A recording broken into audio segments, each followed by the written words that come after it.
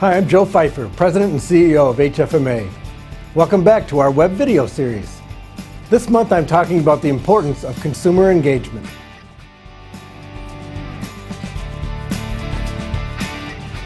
Patients are consumers of healthcare. Our industry has made tremendous strides when it comes to involving patients in care-related decisions, but it's not enough.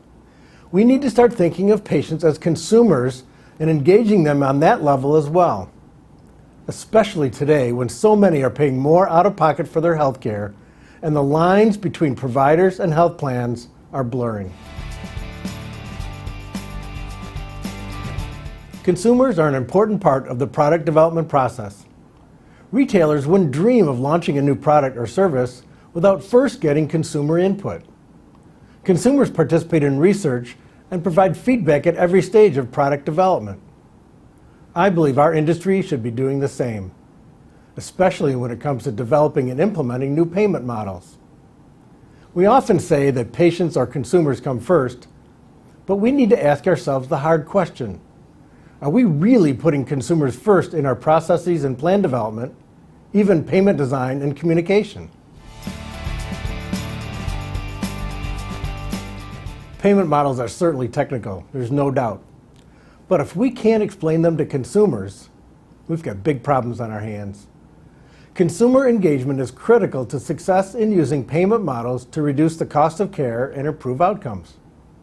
We need to involve consumers in product development on the front end if we expect them to be engaged on the back end.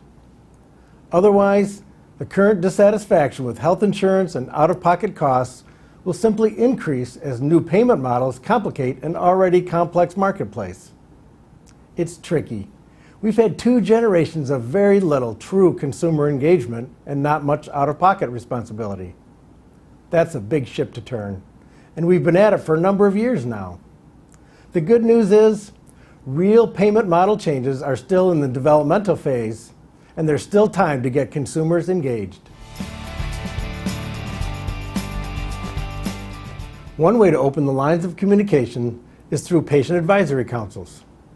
When I was with Spectrum Health, we had patient and family advisory councils that met regularly and provided guidance on key business and clinical issues.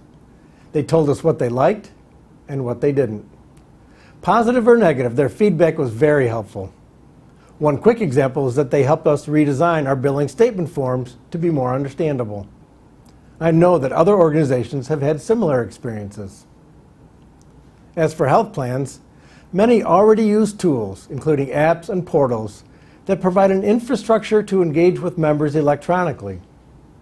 These tools can provide a platform to interact about product development as well. The challenge now is that not many consumers are using them. What good are consumer tools if they're not regularly used? Whose responsibility is that? It's ours. That's the challenge of behaving in a consumer marketplace. You've heard the adage, the customer is always right. That's a completely different mindset, isn't it? Whatever route you take to engage consumers, the bottom line is that their opinions matter.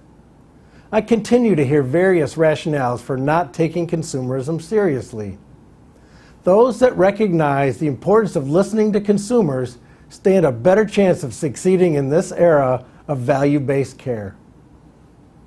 Thanks for watching. I'll see you next month.